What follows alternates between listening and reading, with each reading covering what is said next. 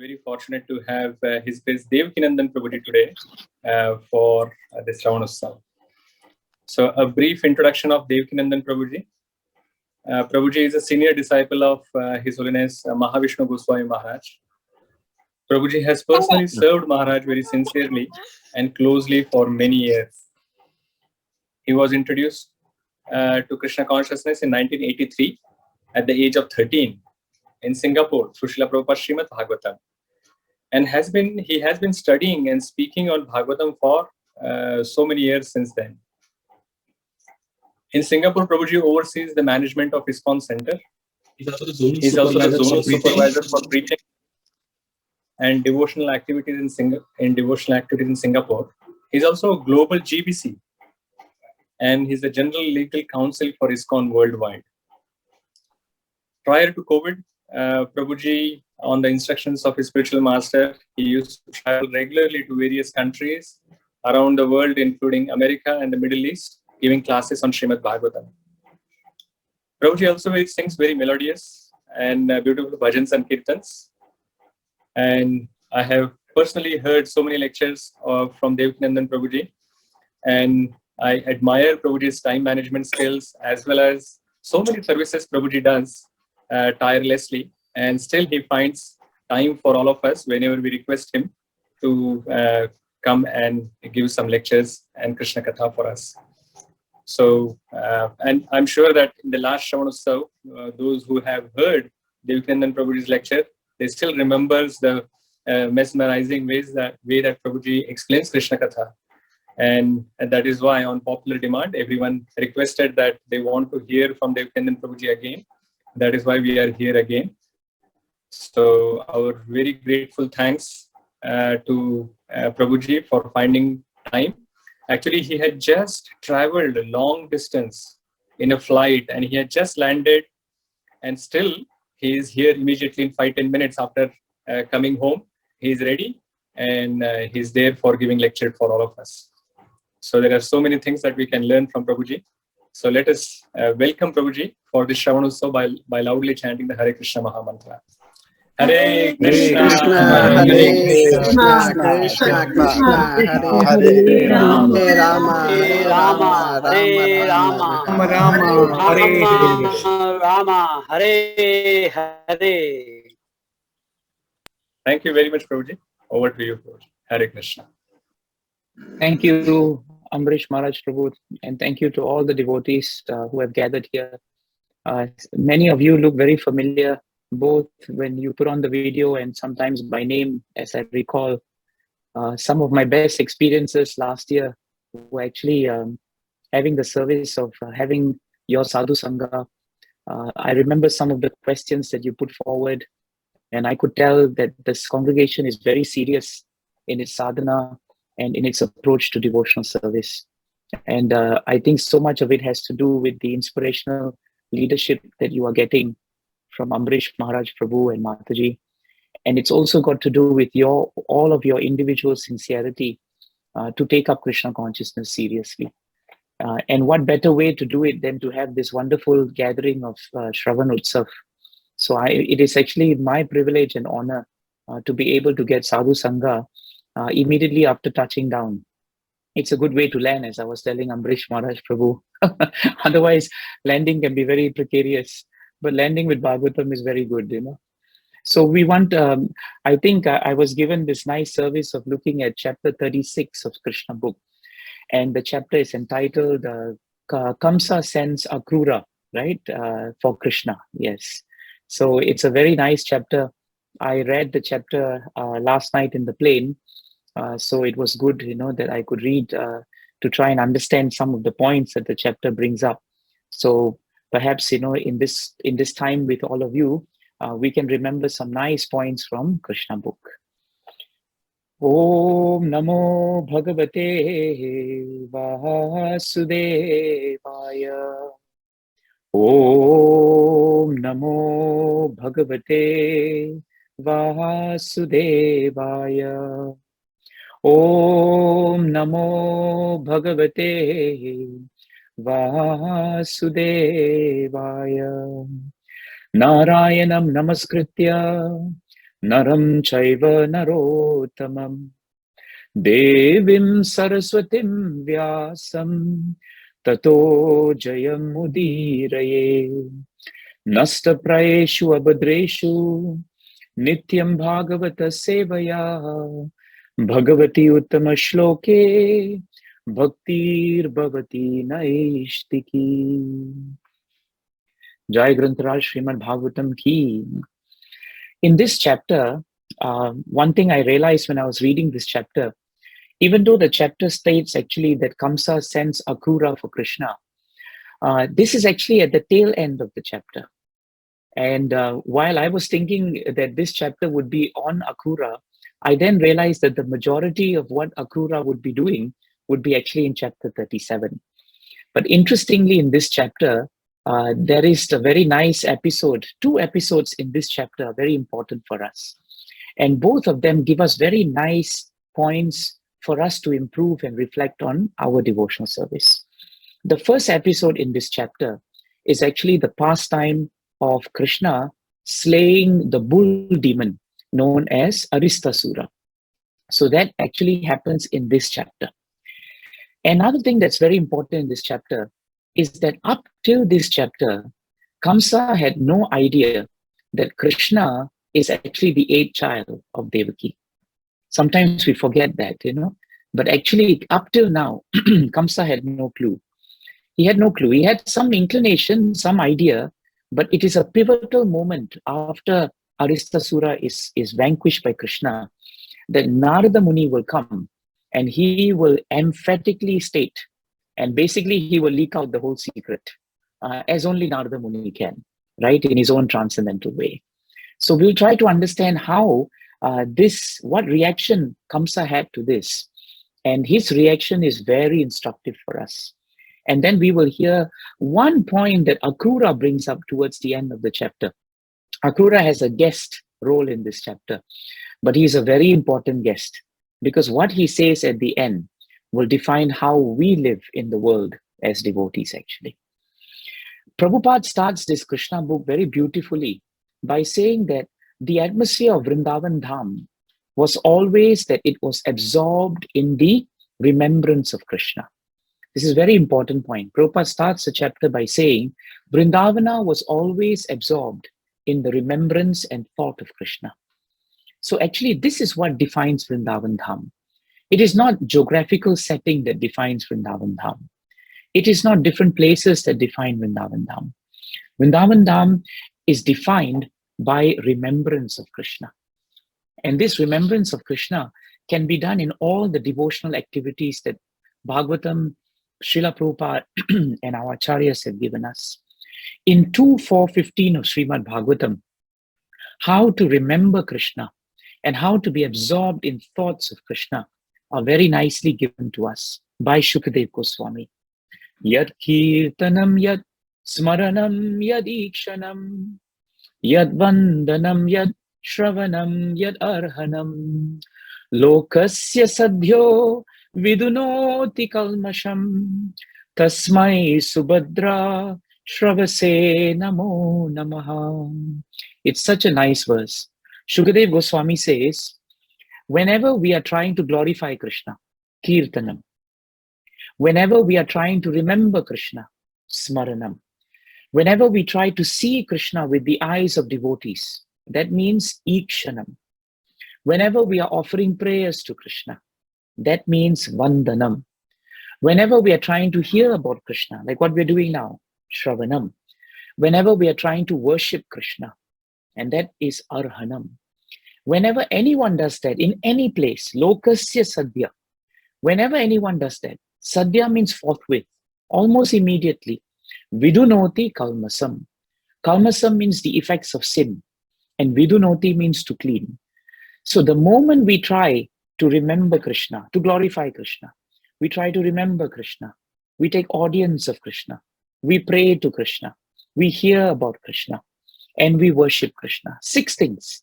When we do any of these 6 activities, then the effect of it is lokasya sadhya vidunoti kalmasam. Without much wasting time, without us even realizing it, Prabhus and Matajis, even unconsciously, we do not realize that all the sinful thoughts, sinful remembrances, sinful activities, sinful consciousness, they all leave us actually. And instead, what happens is we are actually transplanted into the atmosphere of Vrindavan Dham. This is very important. That's why Prabhupada starts by saying that the beauty of Vrindavan was that everyone was engaged in remembering Krishna. This is such an important point. And that's why the gopis and all the Vrindavan Vasis, they only had time for Krishna. I think the last time when we came together last year, I remember telling you, how Bilva Mangal Thakur would remember the transcendental gossips that the gopis had. The gopis were engaged in gossip. Just like in normal material world, everybody likes gossip as a pastime. Whenever gossip is defined that two people talk about third person, that means it's gossip. And generally the third person is not there. That's why it's gossip. And in material world, gossip is very sweet because we can talk whatever we want about the third person because he's not there. And we relish it. But we don't realize in material world, when two people are talking about third person, supposing I'm one of the two, the moment I leave and another person comes, you can be very sure that those two persons will talk about me. We think that we talk about everyone, but no one talks about us. But in Vrindavan Dham, there is also gossip. But that gossip is transcendental gossip. Grahe grahe gopavadhu kadambe sarve militva samavapya yogam punyani namani patanti nityam govindadamo dharmadaveti. All the residents of Vrindavan, they would come together. And as Srila Prabhupada starts this chapter, they would be engaged in thoughts of Krishna. How? By remembering his activities, by worshipping him with love, by remembering him with love. And this was the atmosphere of Vrindavan. So the first takeaway of this chapter is very important, that Vrindavan Dham is so powerful that Srila Prabhupada, by his mercy, he transported the Vrindavan Dham into our lives. So Vrindavan Dham is a state of consciousness. That is what defines Vrindavan. Prabhupada said famously that any place where Krishna consciousness is practiced sincerely, that place is Vrindavan. So if you may be in New Zealand, but for now, for an hour, you are absorbed in chapter 36, all your thoughts and consciousness are now in Vrindavan. It doesn't matter that your sharir is in New Zealand, but you are now in Vrindavan. But even then, Prabhupada writes very nicely, because Kali Yuga was advancing and because there will always be envious people, even those who were peaceful in Vrindavan, there were still demons who tried to contaminate the atmosphere of Vrindavan. And isn't it true in our normal lives also? We always try to create nice, peaceful, and surcharged transcendental atmosphere. But we must accept that we are living in a surrounding which is anything but Krishna conscious. But that should not discourage us from pushing on in our Krishna consciousness. In one purport, I can't remember where it is, but I'll find it at some point. In one point, it is in the first canto, 16th chapter. In one of the purports, Parikshit Maharaj, heard about the personality of Kali and that he was advancing. He heard that the symptoms of Kali, illicit connection, gambling, meat eating, all these things were advancing. And so Parikshit Maharaj went out to stop the advancement of Kali. Prabhupada writes in the purport there that yes, it is true that in this day and age, Kali Yuga is so powerful that naturally these activities are predisposed, already there. But that doesn't mean as devotees, we just put our hands up and say, I give up now. Kali Yuga is here. Forget about Krishna consciousness. No, Prabhupada said that is a symptom of a lazy person. It's a symptom of a lazy person. And he gives a very good example. He says, supposing monsoon season is there, do we all sit at home and say, now we cannot go out because it's going to rain all day? Nobody will say that, right? They'll just take their umbrella, they'll take their raincoat, and they'll go about their business. So Krishna consciousness is like that. We have to create the atmosphere of Vrindavan, even in the midst of Kali Yuga. That is how Krishna will reciprocate with us. That is why the residents of Vrindavan were special. Because even though all these demons were coming into Vrindavan and causing havoc, it did not disrupt their activities. It did not disrupt their devotional service. No matter how many ups and downs we have, this chapter tells us that we must always be firm. Na chalen margad, tad vidvan na chalen margad. That is stated in Bhagavatam. We never deviate from our path of devotional service. And the residents of Vrindavan never deviated, no matter how many demons and asuras came to create this atmosphere. And now, in such a background, Prabhupada writes that one day, a great and powerful bull known as Aristasura, who was actually a demon disguised as a great bull with gigantic body and huge horns, it started coming into the outskirts of Vrindavan. It started digging up, the earth around the surrounding lakes of Vrindavan with its hooves. It was so fearful and so powerful, Bhagavatam tells us, that when it started roaring and started moving into the village, all the residents of Vrindavan started fleeing here and there. It brought so much fear into the hearts of the cows who were pregnant and the women who were pregnant that Krishna Book tells us that the moment they heard Aristasura's fearsome voice, fearsome roar, they suffered miscarriages actually. Krishna Book tells us the demon was very big, it was very stout, and there was always a cloud, that was hovering over its body.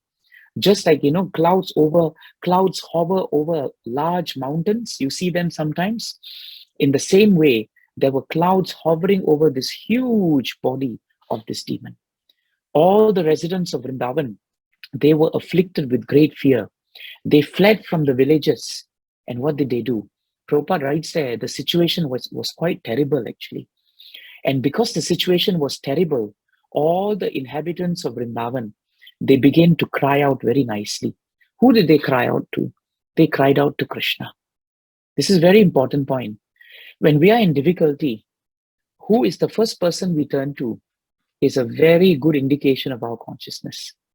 Sometimes when you fall, some people have an automatic way of saying something. And very often people say all kinds of things. They're not very auspicious things. But you'll realize when devotees, when something unexpected happens, very, very naturally they use the words, they always say Krishna, or they say Govinda, or they say Madhava. Sometimes they say Gauranga. But it is so natural that it is not even an artificial thing. The residents of Vrindavan were like that. For them, Krishna was not just shelter. Krishna was Paramparayanam.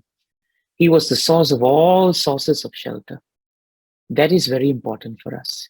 And so, in the 10th canto, 36th chapter, in this chapter, when you look at the shlokas, you'll find that this particular part of Krishna book is very important for us to see the shloka. In that shloka, Pashavo Dudravo Bila Rajan Santyaga Gokulam. Gokulam means Vrindavan. That is the daily pastures, the beautiful pastures of Vrindavan. Krishna, Krishneti, Te Sarve. All the residents of Vrindavan, for them, they all turned to Krishna and they started chanting Krishna's name. Krishna, Krishneti. They were chanting his name only. And then, Govindam Sharanam Yayahu. This word, Govindam Sharanam, is very important. You will realize in Krishna book and in Bhagavatam, there is no accident why the great devotees of the Lord sometimes use a particular name of the Lord in a particular situation. There's always a reason for it. When the residents of Vrindavan saw Aristasura, immediately the first word that they came in mind was the word Krishna. And for them, Krishna was whole and soul. And Krishna is the original and the supreme personality. Therefore, the residents indicated to Krishna that he is first and he is last for them. He is the first word and he is the last word for them. That is why they called him first as Krishna. Then they said, "Oh Krishna, please save us. Please save us." And at the point when they say, "Please save us," they say, "We are now surrendered to you." Sharanam. When they say Sharanam, they now use the word Govinda. And why are they calling the Lord as Govinda? Because of two reasons. One, the word go is there. Go has two meanings. Go means cow, and go also means census. The residents of Vrindavan were not so much afraid for their safety. They were more afraid for the safety of their cows and the calves. This is the mood of a devotee. A devotee is never looking out for their self-interest. They are always looking out for the interest of others, actually. They never put themselves first. And so the residents of Vrindavan automatically prayed to Krishna as Govinda, because they were indicating to Krishna that, please, you first save our cows and calves. The same thing they said to Krishna in Govardhan Hill when he lifted also. They also addressed him as Govinda, because they wanted the cows and the calves to be saved. And that is the first reason.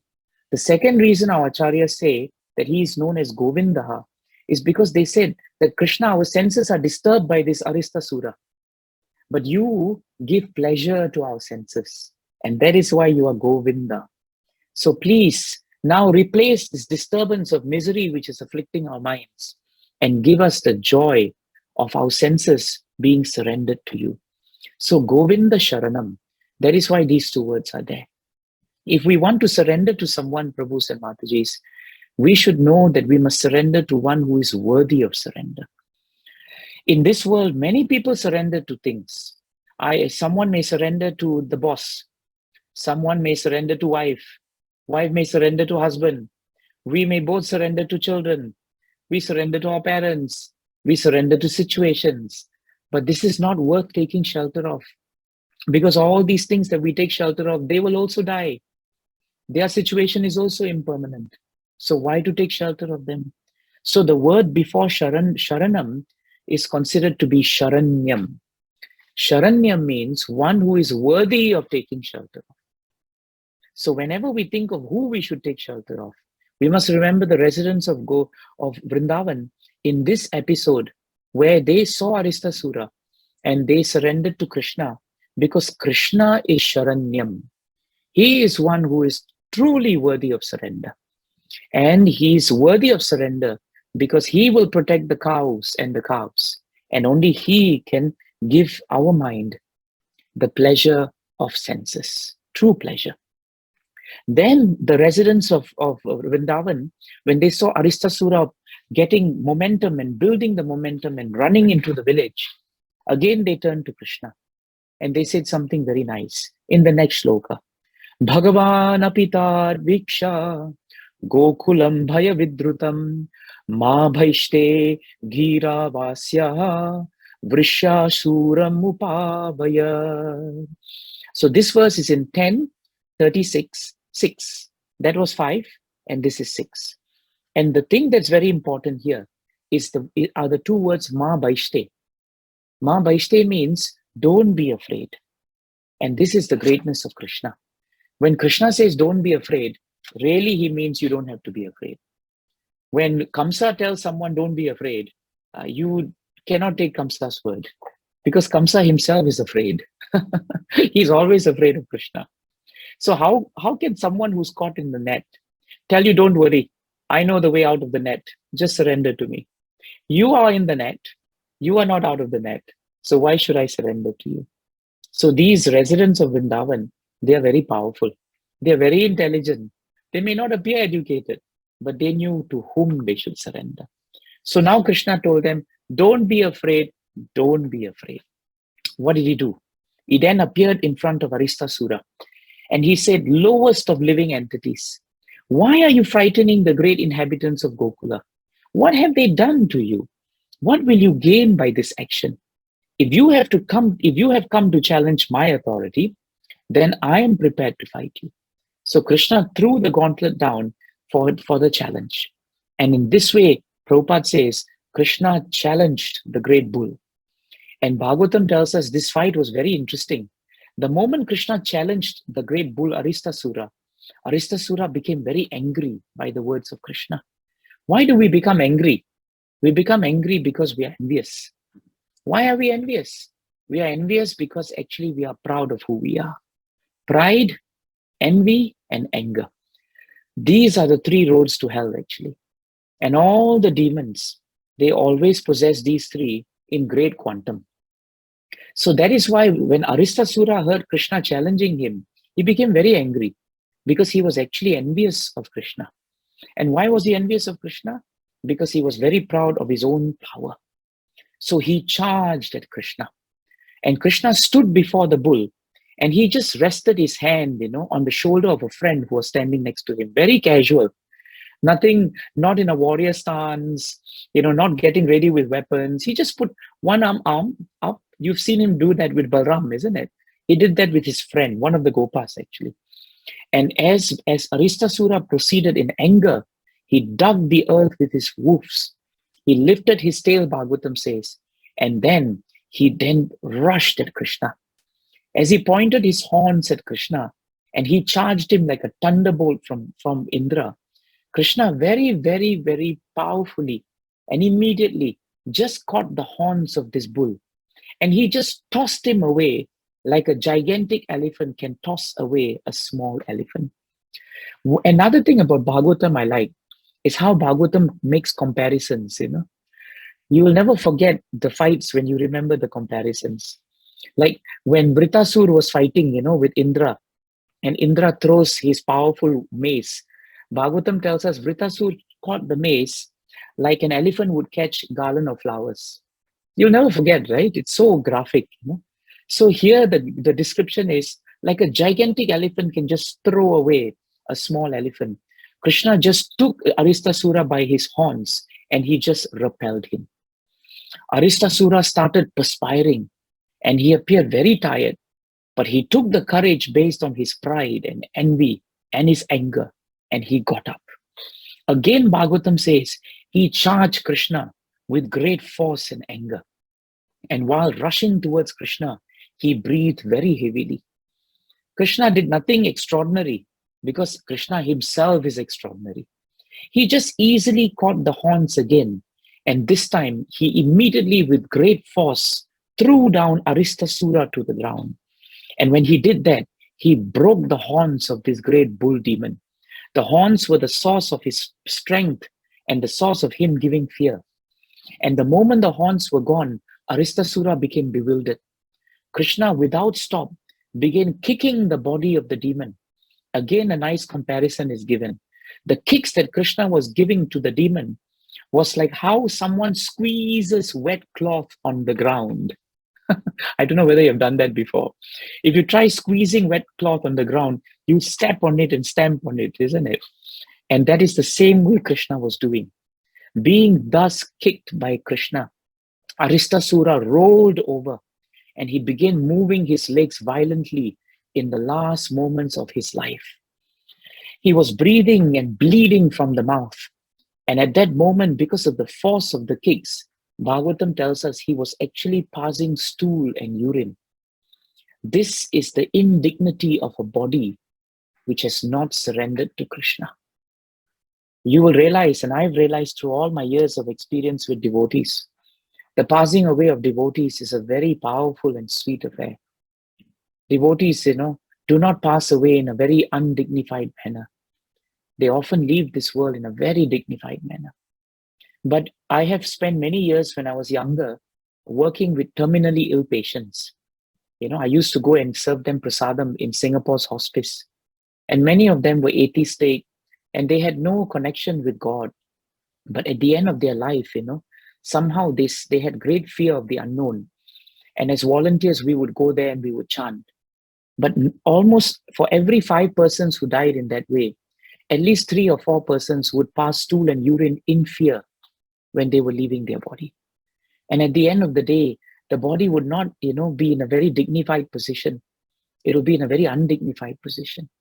That's why when I was reading Krishna Book, I realized that the consciousness of a living entity towards Krishna determines how peaceful and how lovingly that person is protected by Krishna at the point when they leave, actually.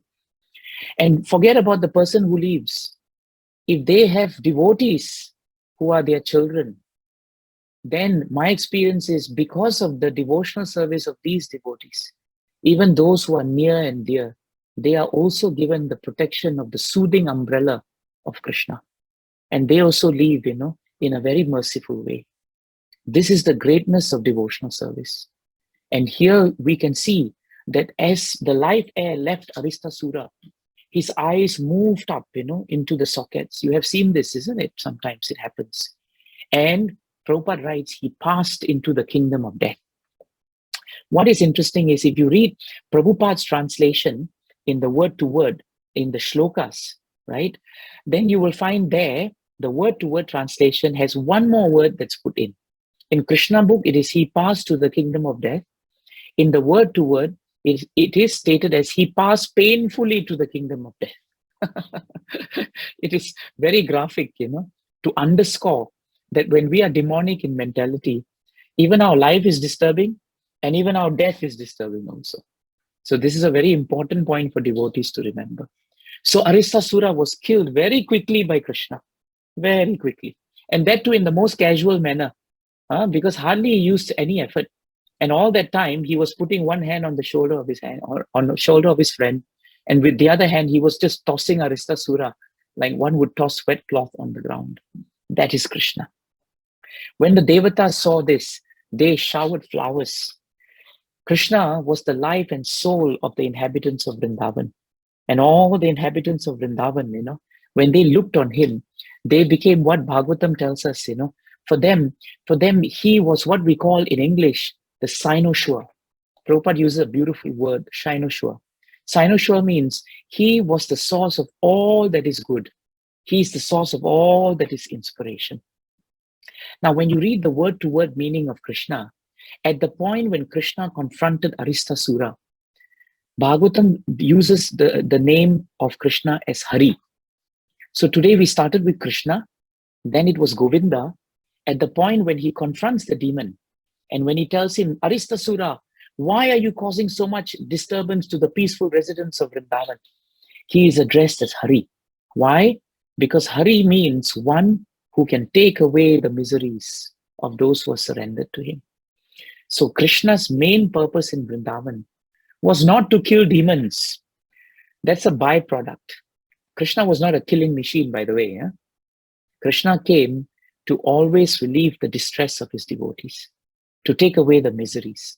And that is why in this pastime, from Krishna, he becomes Govinda, and then he's known as Hari. And when Krishna began fighting with the demon, all the shlokas address him as Bhagavan, not as Krishna, as Bhagavan. Why? Because Krishna is full in all his opulences.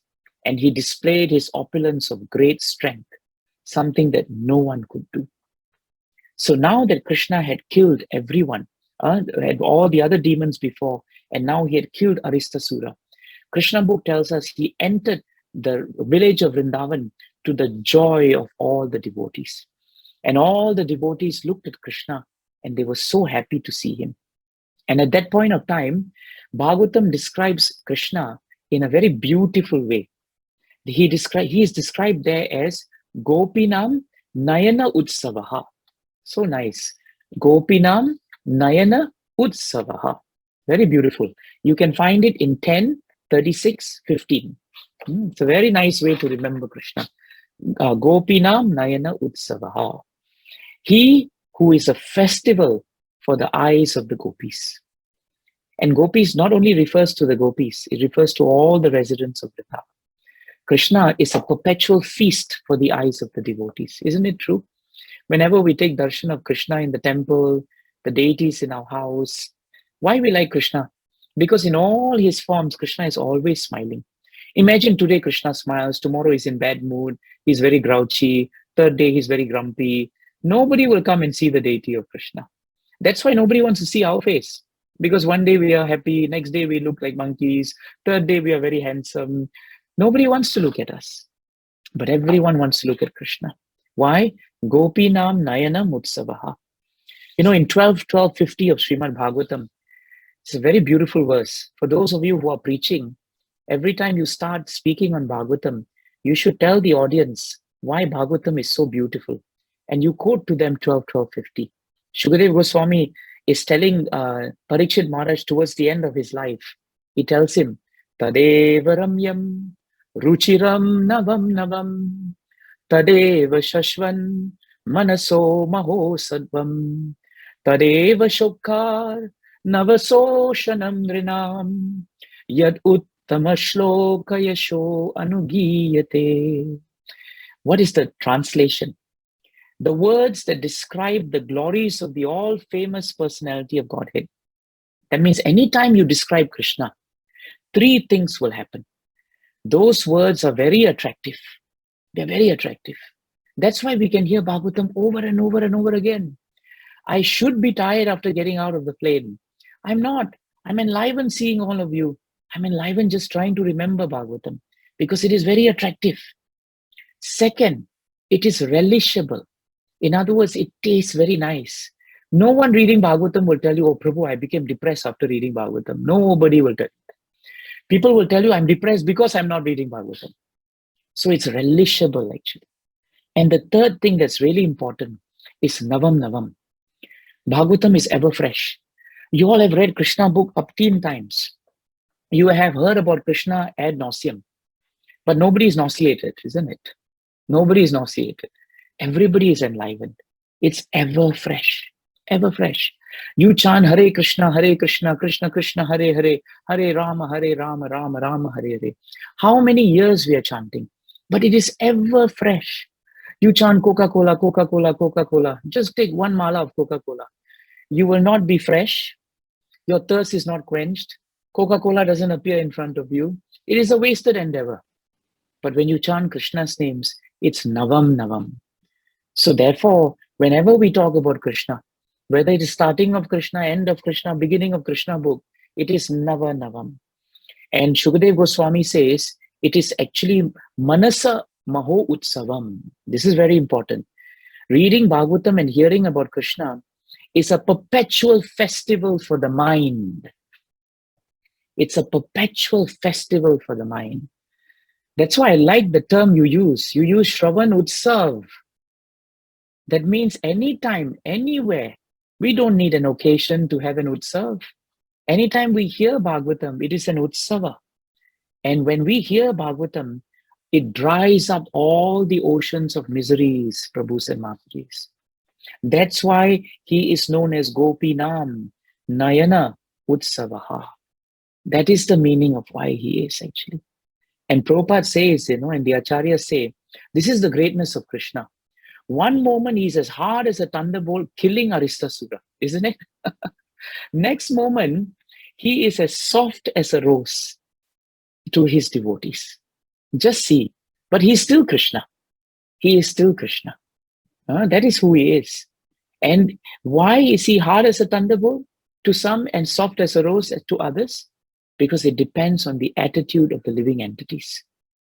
If you all have studied Nectar of Instruction, you will know in the preface of Nectar of Instruction, Srila Prabhupada writes famously that devotional success in devotional service is very much dependent on the attitude of the practitioner. If our attitude is like the residents of Vrindavan, then Krishna is Gopinam Nayana Utsavaha. But if our attitude is like Aristasura, then Krishna is the superintendent of death. Death personified. That was what Krishna was actually. So this is a very important point that we should not forget actually. Now the other thing that's very important is who is Aristasura? At this point of time, Bhaktivinoda Thakur, in his nice commentaries, he writes very nicely that each demon in Krishna Leela actually represents a particular anartha. You all know that anartha actually simply means unwanted habits. They are desires that we should not have in our hearts. And these desires will turn into habits actually. So Bhagavatam tells us that actually this Aristasura actually represents a very important anartha. It symbolizes complete disregard for bhakti. That is what Aristasura symbolizes. When we don't have regard for the value of bhakti, then Aristasura, the demon, emerges in our heart. When you do not have taste or you don't have high regard for devotional service, even if you don't have taste, Prabhupada said, just theoretically accept devotional service in Krishna. At least we must do that. If we don't do that, this disregard for bhakti will transform into the second aspect of Aristasura. And that is, we will then look around for cheating religions.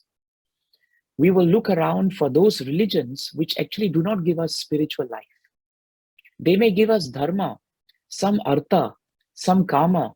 They may even give us some moksha, but they will not give us bhakti. Bhakti is a rare commodity, Prabhus and Matajis. And therefore, we must slay Aristasura in our hearts. Because otherwise, When we allow Aristasura to grow in our hearts, we will develop pride in cheating religions. And that pride will be the start of the end of our devotional service. Instead, we must follow the residents of Vrindavan. Tasmad ekena manasaha Bhagavan Sarvatam Patihi Shrotavya Kirtitavyascha Dhyeya Pujyascha Nityada. 1:2:14 of Srimad Bhagavatam. The residents of Vrindavan were one-pointed, tasmad ekena manasa, one-pointed in their attention.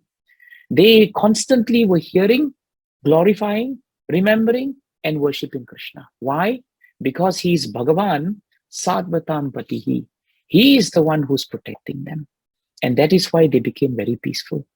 So this is the first half of chapter 36. It's very clear now. This is Aristasura's pastime. And this is Krishna killing Aristasura. And this is how we must pray to Krishna to slay the Aristasura in our heart and to learn from the residents of Vrindavan how to see Krishna as Gopinam Nayana Utsavaha. That's how we should see. Now, the second part of chapter 36 is very important because it brings us another important principle of devotional service. Bhagavatam tells us in Krishna Book that it was only after this incident that Narada decided to disclose to Kamsa the secret of Krishna. Now, Prabhupada writes that Narada Muni is generally known as Deva Darshana. Only the Devatas can actually see him.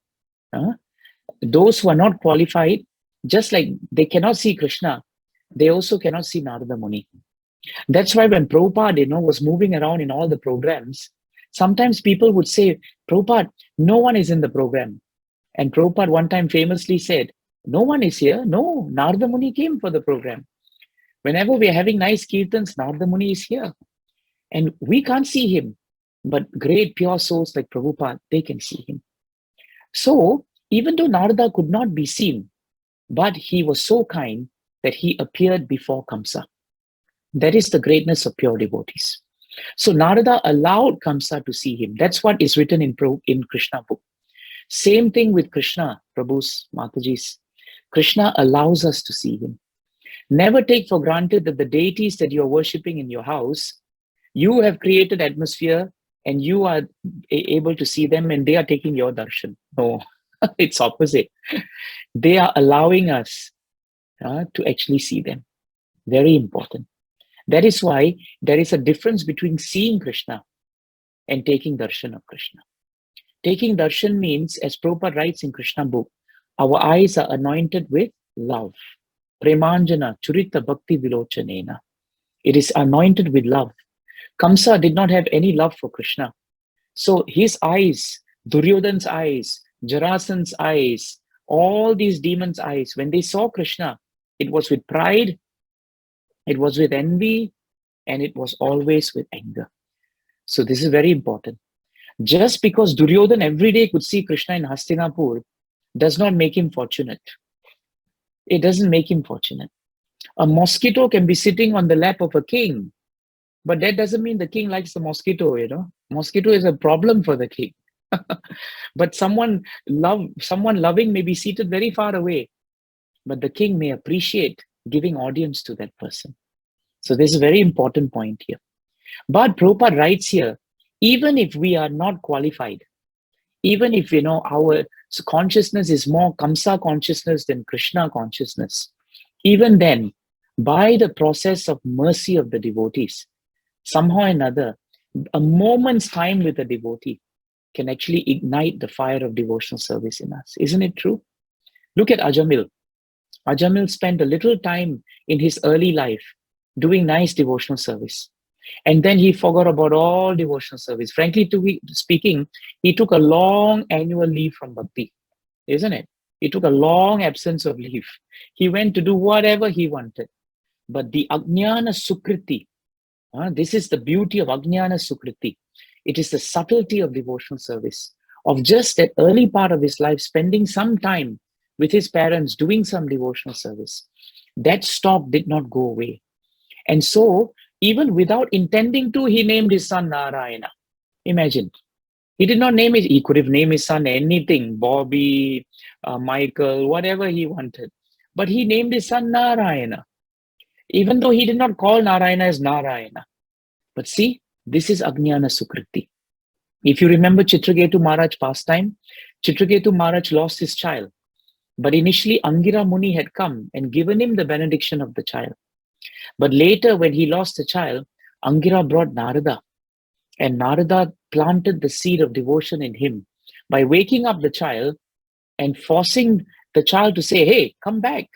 Your father is here. And child said, which father? In which life? And that awoke devotional service in Chitraketu. So that's why Prabhupada says, devotees are very, very kind. And this is what they do actually. So that is why for us, one thing that's very important is we should learn how to always serve devotees. Because we don't know when the devotees are going to give us this Ajnana Sukriti. And this service of devotees is so important that that will actually help us in our devotional service. We don't know who and where, but someone will give us that mercy. That is why Narada Muni is the emblem. As a young boy, just by serving Bhakti Vedantas, he got all the affinity of pure devotional service. What is that verse? It's 1 to 16 or 17. Shushroshoho Shraddhanasya Vasudeva Kataruchihi Syanmaha Sevaya Vipraha Punya Tirtha Nisevana. This is the verse that tells us. Sometimes we ask ourselves this question. 20 years I'm in devotional service, still I have no taste. Chanting every day in the morning, still I have no taste. Why? I want to hear, but I have no taste for hearing. Why? The only way to come out of it is 1 to 16. By serving those devotees who are completely freed from all vices, like Narada Muni, like the pure devotees, great service is done. By such service, Bhagavatam guarantees that we will gain the affinity for hearing the messages of Vasudeva. Very important point. So now that Prabhupada has set the scene for us, now Narada tells Kamsa everything. Narada tells him very nicely, my dear Kamsa, I have news for you. You are to be killed by the 8th son of Vasudeva. Imagine Narada comes and tells you on your face, you're going to be killed by the 8th son of Vasudeva. How will you feel? I don't think you'll be very excited. And Narada then tells Kamsa, he's raising his blood pressure. He says, you were completely misled. And you know, demons are very proud of being very smart. When Narada says something like you were actually misled, in other words, you were really fool number one. You thought you had it all figured out, didn't you? And it's true. Kamsa thought at the beginning he had it all figured out. Imprison his sister and brother-in-law, then later take them out, but wait for the child. The 8th child comes, we will kill it. And before that, don't take a chance, just kill every child if possible. He thought he covered all the bases. But now Narada Muni is telling him that Vasudeva had tactfully hidden both Balaram and Krishna in Vrindavan, out of your sight. You were looking here, but they were there. That's what happened actually. So all the asuras and everyone that you sent to kill different children, they were actually killed by Krishna and Balaram. This was news to Kamsa. This was really news. Now Krishna Book tells us as soon as Kamsa got this information, what did he do? He took out his sharp sword and prepared to kill Vasudeva. Again, he wanted to kill him. Why? Because he was very upset because Vasudeva had been duplicitous with him. Demons are like this. They can be duplicitous with everyone. That's okay. That's acceptable. But you cannot be duplicitous with them. Then they become very righteous. This is demonic behavior actually. So now, Narada Muni told him, what's the point of killing him? There's no point. Instead of killing him, Narada says, better you try to kill Krishna. Narada Muni is saying, better you try and kill Krishna and Balaram. Now, Prabhupada writes there that actually Narada wanted to hasten the pastime of Krishna killing Kamsa. So he was actually provoking Kamsa very much. You all have heard of this word provocation, isn't it? You know, sometimes you don't have to be provoked physically to do something. The tongue is the perfect instrument for provocation. And sometimes the tongue can provoke someone to do crazy things because you tell them something, you just drop something and you walk away. Narada Muni was very expert here. He just sowed the seeds and now he knew Kamsa would act. and Narada had done his part. Now, Kamsa will do something very interesting. Narada has already told him now that Krishna is coming and he's going to kill you. Now, the moment he said that, right, what did Kamsa do? He decided now that he will plan. I use the word plan here because the last part of this chapter is all about planning. We are always planning our lives, but we don't realize that we may have one plan, but Krishna has another plan. Have you all experienced in your life how you plan something and you keep going in one direction, but every time you go in that direction, you are forced to turn around? It's like going straight and you have to make a U-turn. Going straight, you have to make a U-turn. And after a while, you start realizing, my plan is A, but it's becoming obvious that Krishna's plan is B. Now, Kamsa decided, I don't care what Krishna's plan is for me. I'm going to make my plan, and my plan will override Krishna's plan. So now, Kamsa began to plan. What was his plan? His first plan, he put into action.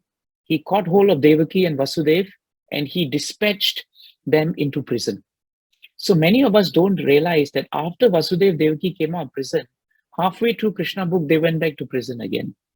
They've only come out when Krishna kills Kamsa. They went back again now. Then, second plan, he called another demon called Kesi. And he told Kesi, now I have a fix on who is actually going to kill me. It's actually Krishna and Balaram. So go now to Vrindavan and kill them immediately. So now he thought, I've imprisoned these two persons. Now I will be proactive. Instead of Krishna coming me, my plan is I'll catch him. So what did he do? He sent Keshi demon. But Kamsa is a big planner, Now he had plan number 2. He said, then he called all the powerful elephant trainers. Kamsa had a lot of powerful elephants whom he trained to kill during warfare. Of all those elephants, the greatest elephant was the famous elephant Kuvalaya Pida. Very powerful elephant. So he told the expert elephant trainers, train this elephant and keep him in the wrestling arena. I'm going to arrange a wrestling match and invite Krishna and Balaram. Supposing plan A fails and Kesi does not kill them, then I'm going to invite them like an uncle, good uncle, come and wrestle in Mathura. In that wrestling, before they reach the arena, you plant Kuvalaya Pida just at the start of the wrestling arena and get this elephant to capture Krishna and Balaram and then let loose the elephant on them and the elephant will kill them. So this was plan number 2. But Kamsa is a great planner. He went to plan number 3. Plan number 3 was he called all the wrestlers and he told the wrestlers like Chanura, Mustika, he told them, now I'm going to arrange for a big wrestling match. Prabhupada writes, even in those days, people like wrestling. You all must have heard about today's wrestling, isn't it? What is that? World Wrestling Federation and all. This is all mirror effects. In Bhagavatam also there was wrestling. And wrestling used to be a very famous sport amongst the Kshatriyas. So Prabhupada writes that wrestling was considered part of sporting. And Kamsa thought, let's make a spectacle as a wrestling arena. But he told Chanura, Mustika and his gang of wrestlers, train yourself very well and try to kill them in the wrestling arena. So look at his plans. First plan, Kesi demon. If it fails, Kuvalaya Pida. If that fails, Chanura Mustika. And of course, if all else fails, Kamsa thought, I'm stronger than all these people combined. I'll just crush my nephews. So that was his plan. And then he had one more plan. While he was doing all of this, he told all his friends, you now arrange to worship Lord Shiva. Do a very powerful sacrifice. It is known in Krishna book as Dhanur Yajna.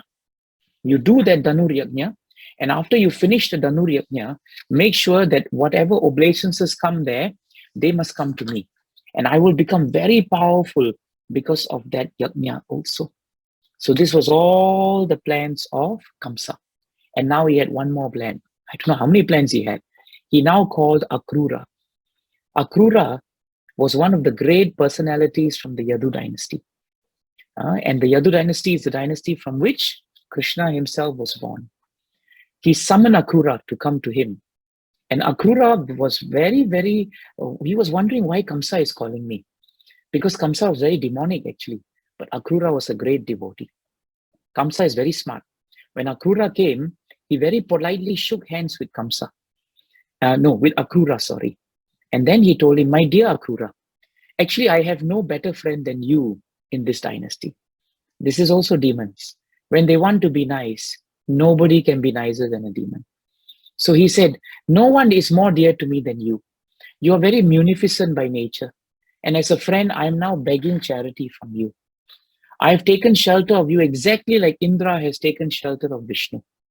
I request you, my dear, dear Akrura, take your chariot and go to Vrindavan immediately. Find two boys there named Krishna and Balaram. They are the sons of Nanda Maharaj. Take the nice chariot. I've had it all prepared. The horses are ready. Everything is ready. There'll be space for the boys. Bring them here immediately. That is my request to you. Now I'll tell you why I want them to come. My plan is to kill these two boys. As soon as you bring them here, they go through the gate, there'll be a giant elephant, Kuvalayapida, waiting. And possibly that elephant will kill them. But if somehow they escape Akrura, they will next meet with the restless, and they will definitely kill them. That is my plan. After killing the two boys, I have more plans. I will then kill Vasudev and Nanda Maharaj, because the two rascals are supporters of the Vrishni and Bhoja dynasty. Then I have another plan after that. I will kill my father Ugrasena, and I will kill his brother Devaka, because they are actually my enemies and they are in the way of the throne. They are hindrances to my power. Then I will get rid of all my enemies. Then I'll go on to my next plan. My next plan is, Jarasandha is my father-in-law, isn't it? And I have a great monkey friend known as the great Dvidha gorilla. They are very powerful. I will dispatch them across the entire earth, and they will kill all the kings on the surface of the earth who support the Devatas. Second time he says, this is my plan. In this way, I will be free of all opposition. And it will be very pleasant to rule this world without obstructions. Oh, by the way, I've got one last plan for you, he says. I will also call Sambara, Narakasura, Banasura. They are all my intimate friends, and they will all help me considerably. In this way, I will wipe out from the face of this earth all my enemies. So now, you go to Vrindavan. You encourage the boys to come. Tell them Mathura is a beautiful place, nice sightseeing, and take pleasure. Come and wrestle here. You will gain some experience. And then he stopped talking. How much plans Kamsa had, isn't it? Half the chapter is actually his planning. What does Akrura say as we end this chapter? Akrura says something very nice. My dear king, your plan is very excellently made to counteract the hindrances to your diplomatic activities. But I advise you to maintain equilibrium, for the results of your activities may be fruitful and may not be fruitful. After all, man disposes, Kamsa, but man proposes, but God disposes. We may make very great plans, but unless they are sanctioned by the supreme authority, they will fail. Everyone in this world knows that there is a supernatural power who is the ultimate dispenser and disposer of everything. So Kamsa, you may make very great plans with a very fertile brain, but you must know that you are subjected to the fruits, which are misery and happiness. But Akrura is very smart. He says, I have nothing to say about your proposals and plans. As a friend, I shall carry out your order. I will bring Krishna and Balaram here. And then he starts moving away. What do we learn in this last part of Krishna book? Because this is where chapter 36 ends. We learn one very important thing.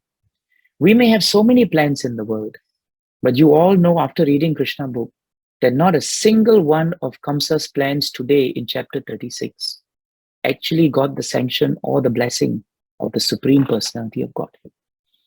Kulavayapida was killed. Chanura Mustika were killed. Kamsa ultimately were killed. All the kings of the Vrishni and Bhoja dynasty who were there were protected by Krishna. This is a very important point we should remember. And we should end by remembering a very powerful verse in 5:1:12 of Srimad Bhagavatam. Natasya kaschit tapasa vidyayava na yoga viryena manishayava naivarta dharme parata svatova kritam vihantum tanubred vibhuya. The translation is a frightening translation, actually. One cannot avoid the order of the Supreme Personality of Godhead, not by strength of severe austerities, exalted Vedic education, power of mystic yoga, physical prowess, or intellectual activities. Nor can one use his power of religion, his material opulence, or any other means, either by himself or with the help of others, to defy the orders of the Supreme Lord. That is not possible for any living being from Brahma down to the end. And by the way, somewhere between Brahma and the end is Kamsa. Jai Grantaraj Srimad Bhagavatam ki. Jai Srila Prabhupada ki. Jai Srila Gurudev ki. Nitai Gaura Premanande. Thank you, Prabhus. Thank you, Mataji. Hare Krishna. Such a mesmerizing Krishna Katha, Prabhuji. Thank you very much. I could see that there was no, like you were not tired or whatever, even though after a long journey. So that shows the power of Krishna Katha when it acts on a devotee. So there is, as I was saying earlier, there is so much to learn from you, Prabhuji. Prabhuji, do you still have some more time to answer some questions? Sure. Okay. Thank you, Prabhuji. Prabhuji, I'll start with one question and then we will see if others also have some questions. I think in the beginning, Prabhuji, you mentioned about the gossip, that when two devotees talk about the third devotee who's not present, that you define as a gossip. And even when we come in Krishna consciousness, as the devotees do, they use the philosophy to actually justify whatever they are doing. For example, in the name of Punyam Akhyati Prachati, the devotees may actually start doing gossip about other people.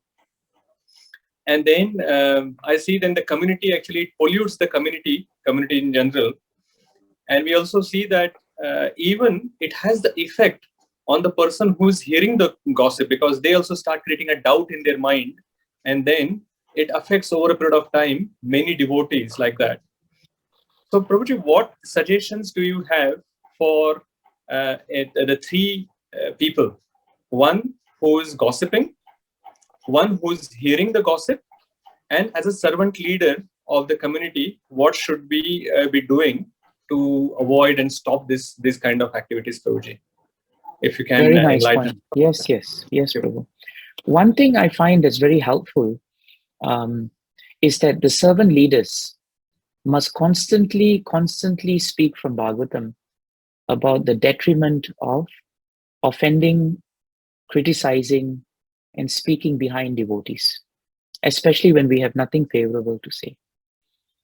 We should take illustrations from Bhagavatam, Chaitanya Leela, of how those who find fault with others, like Ramchandra Puri, for example, in Chaitanya Leela, how eventually their hearts become filled with material fruitive desires. I think when the management and the leadership educates and constantly brings this out from Sastric point of view, the hearts of those who listen to it, they become convinced that this is not the way to improve our devotional service. So that's the first thing, Prabhu, that I find is very important.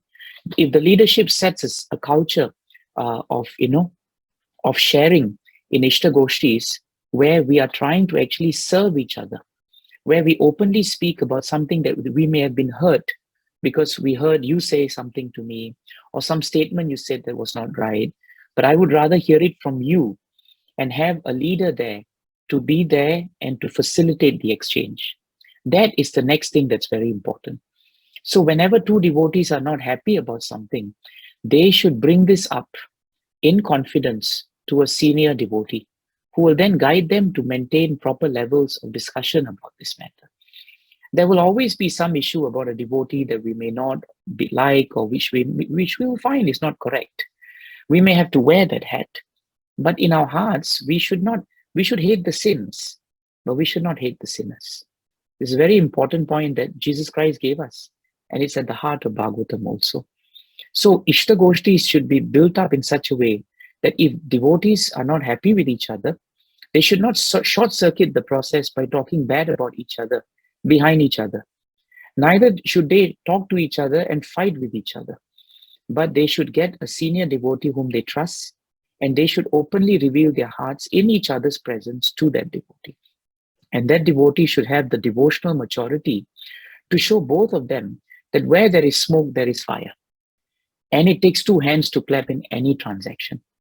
And in that way, we both are not here to find fault, but we are here to try and help each other to become better. A combination of these things, Prabhu, in my experience, will help reduce the effects of gossip. I hope that's helpful, Prabhu, in a nutshell. Yes, Prabhuji, thank you very much. And Prabhuji, I actually asked for suggestions for the servant leader as well as for the devotee who is gossiping and who's here. Do you have any suggestions for them as well? What they should be doing? Yes, Prabhu.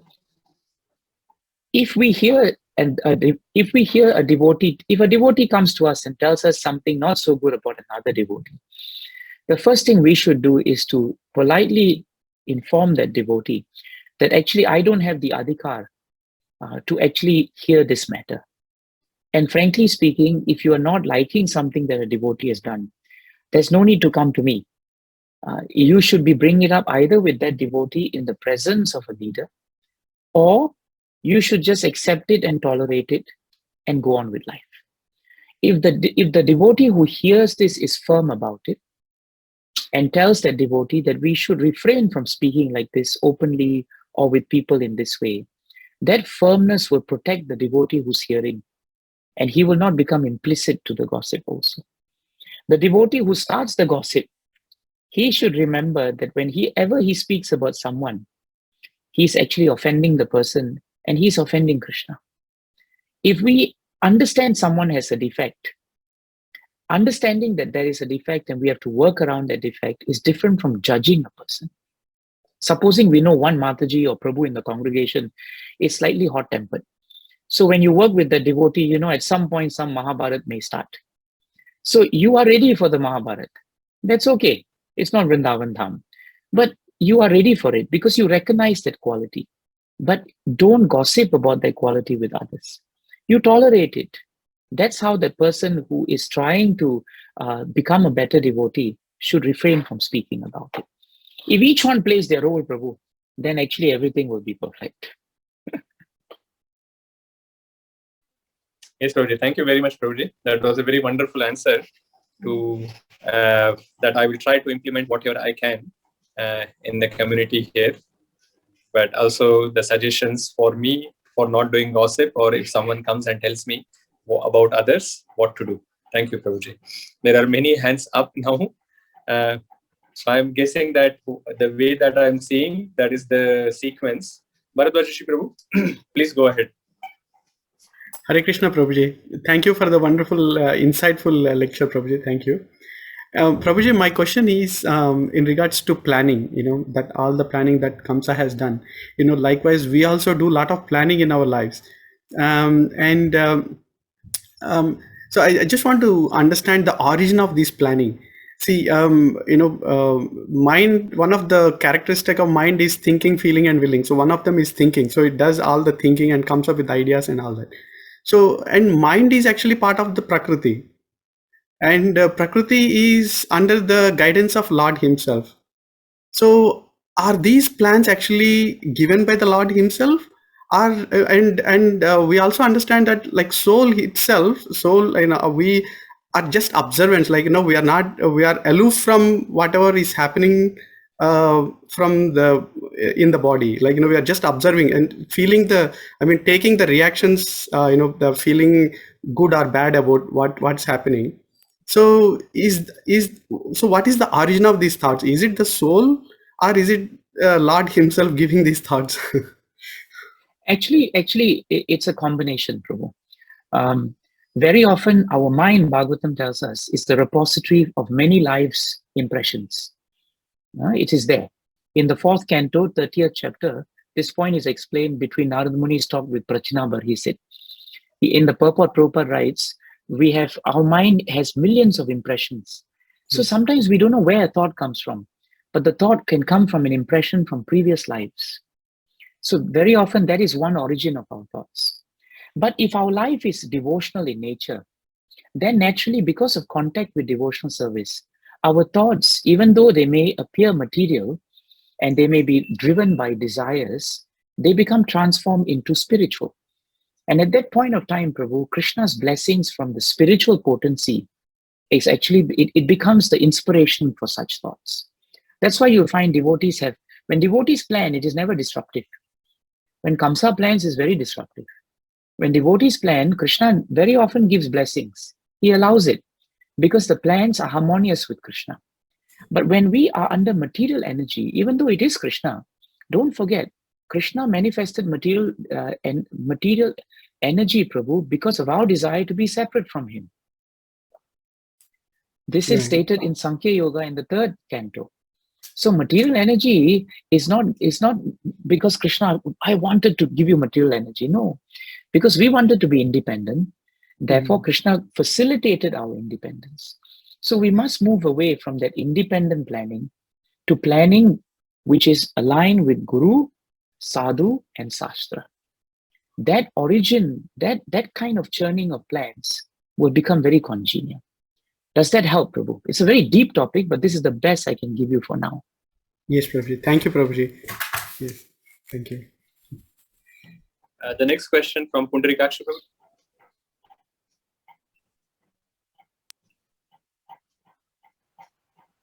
Krishna Prabhuji. Hare Krishna. Thank you very much, Prabhuji. Thank you for your mercy again on us. It was a very nice lecture, Prabhuji. Prabhuji, I have a couple of questions, but I'll start with one. Probably if I have time, I will ask later again.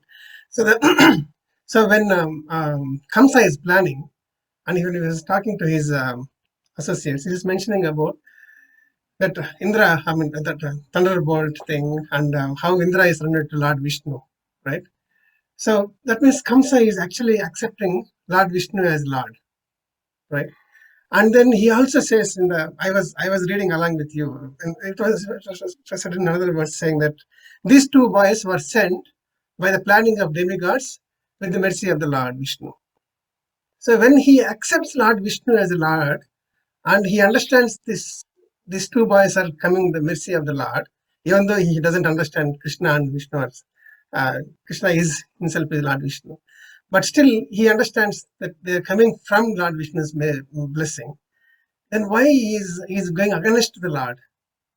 That's a little bit bewildering. No, it's a very good question. Very good question. The answer is very straightforward, Prabhu. Actually, it applies to us.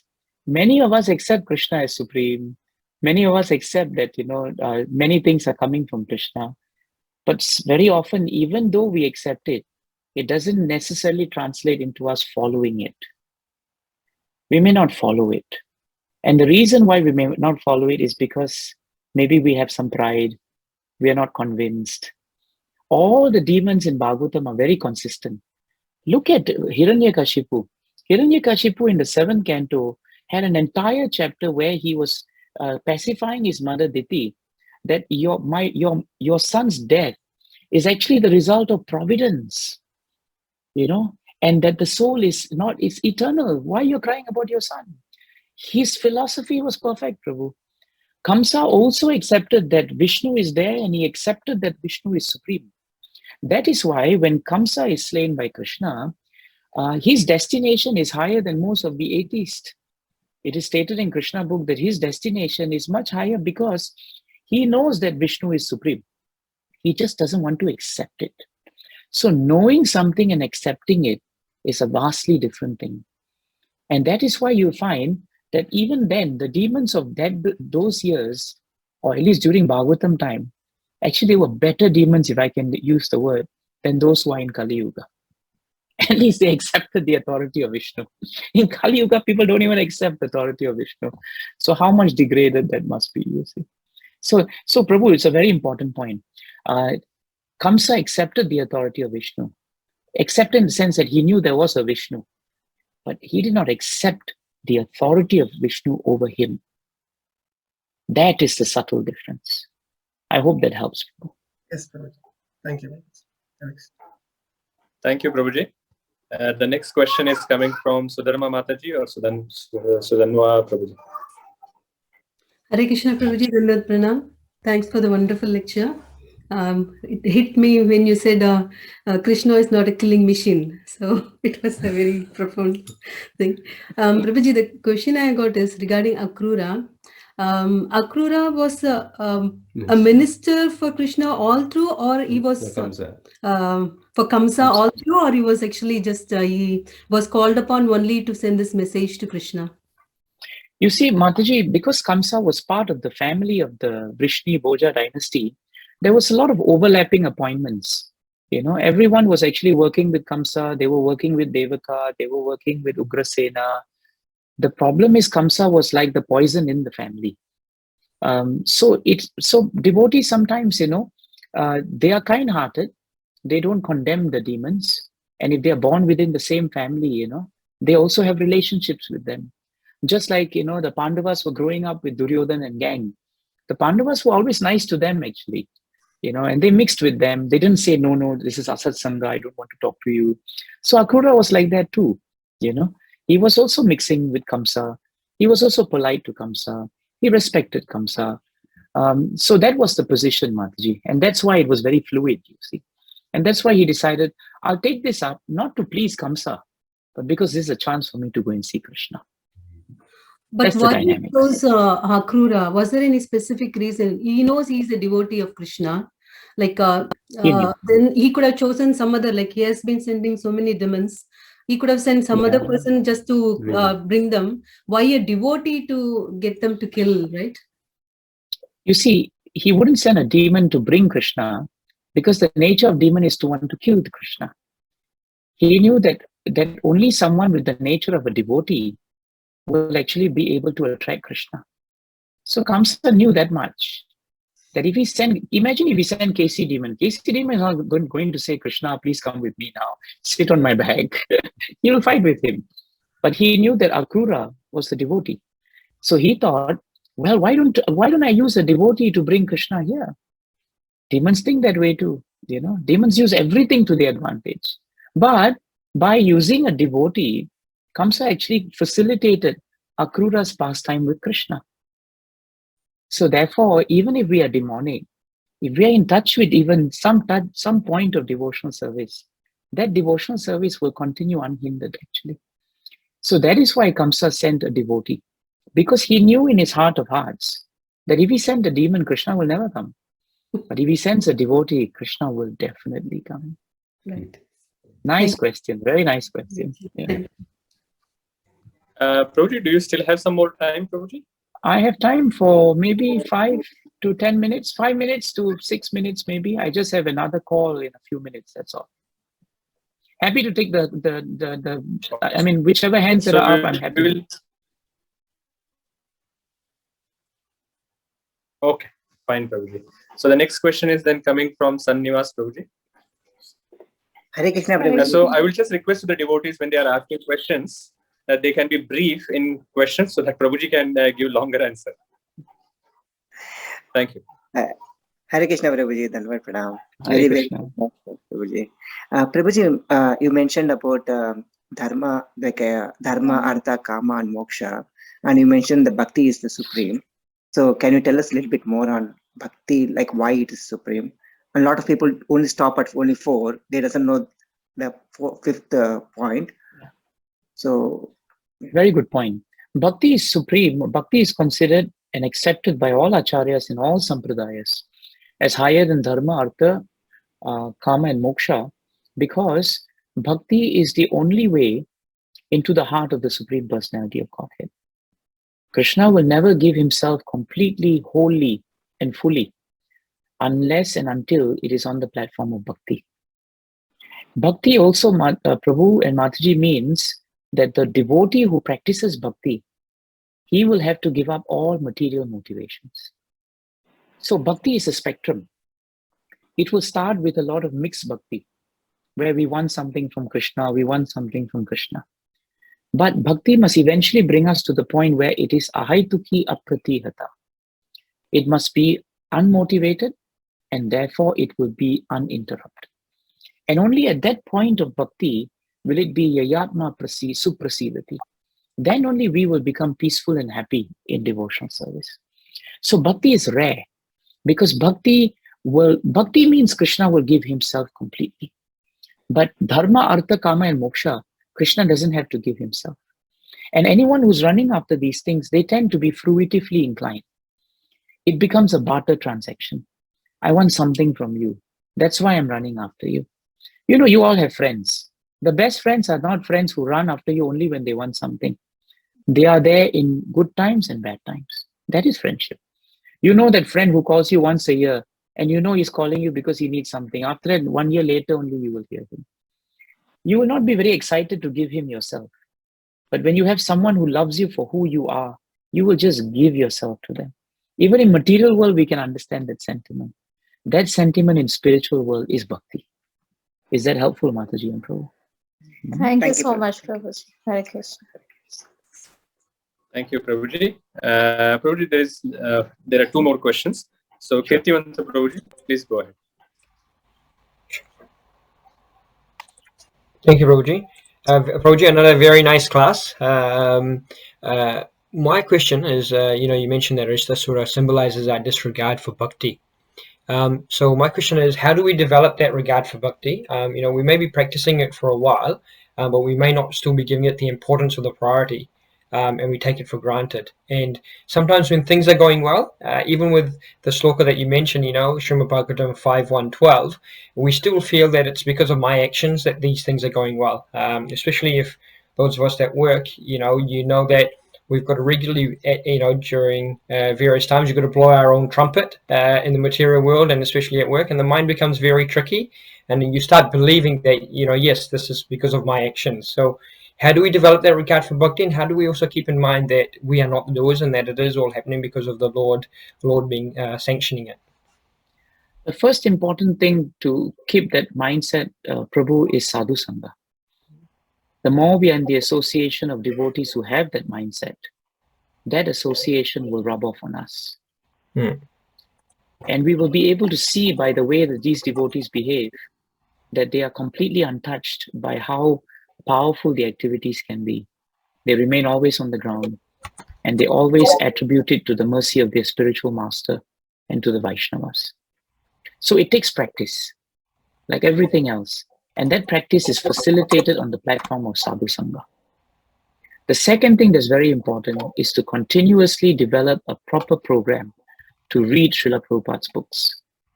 Because I find personally, serious study of Srila Prabhupada's books in the association of devotees will automatically confer on us the consciousness that we are not the doers.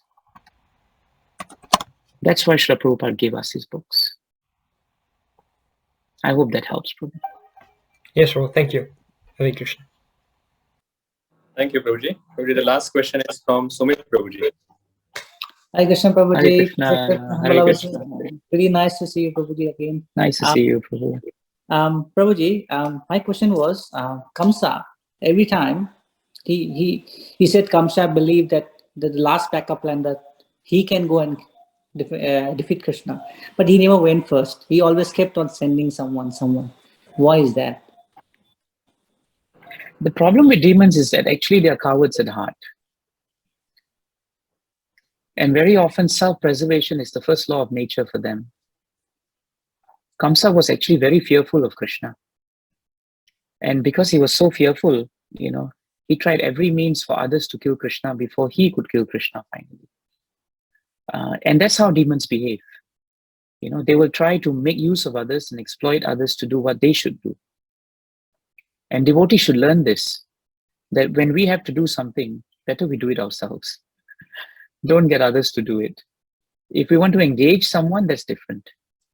But if we are responsible for something, then we should do it. So Kamsa lived in a climate of fear, Prabhu. And that is how the materialist lives in this world. The materialist tries very hard to avoid the Supreme Personality of Godhead. And trying to avoid the Supreme Personality of Godhead puts him in a greater sense of fear, actually. So if you study Krishna Book carefully, all these demons who came, right? Their killing actually perpetuated the fear in Kamsa. Didn't help it. Actually, made it worse. But then we must also remember Bhagavatam is so powerful. If we didn't have all these demons coming to try and kill Krishna, then Krishna book would be a bit shorter, Prabhu. And that's not very fun either, isn't it? So Krishna also delights, in fighting. He likes to sport. So sometimes having a good fight, is nice for Krishna. That's why Jai and Vijay were sent to the world anyway, because who's going to fight with Krishna? So all these different demons, sharpens his fighting skills also. So it's very nuanced, Prabhu. From a very high level, it is a sporting activity of Krishna. But from a point of the demons, Kamsa was surrounding himself with Asat Sangha also.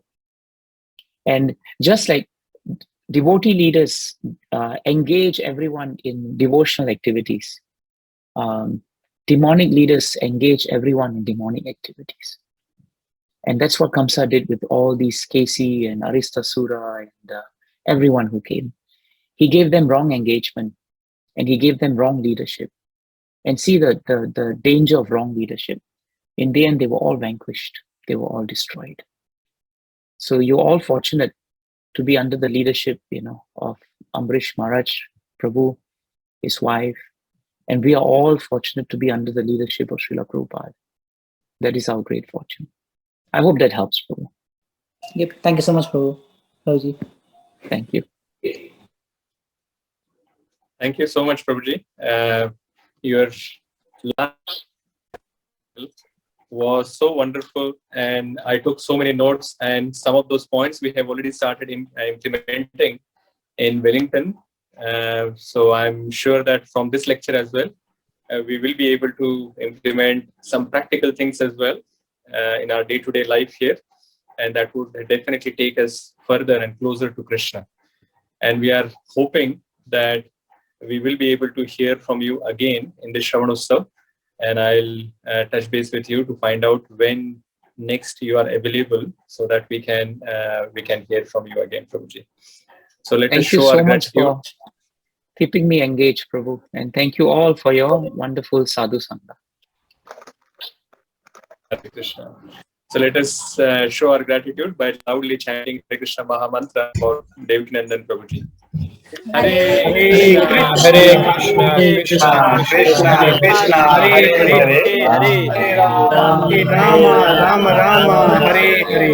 Rama, Hare Hare, Hare. Thank you. Hare Thank you very much, Bol. Prabhuji. Hare Krishna. Thank you. Hare Krishna. Thank you. Hare Krishna.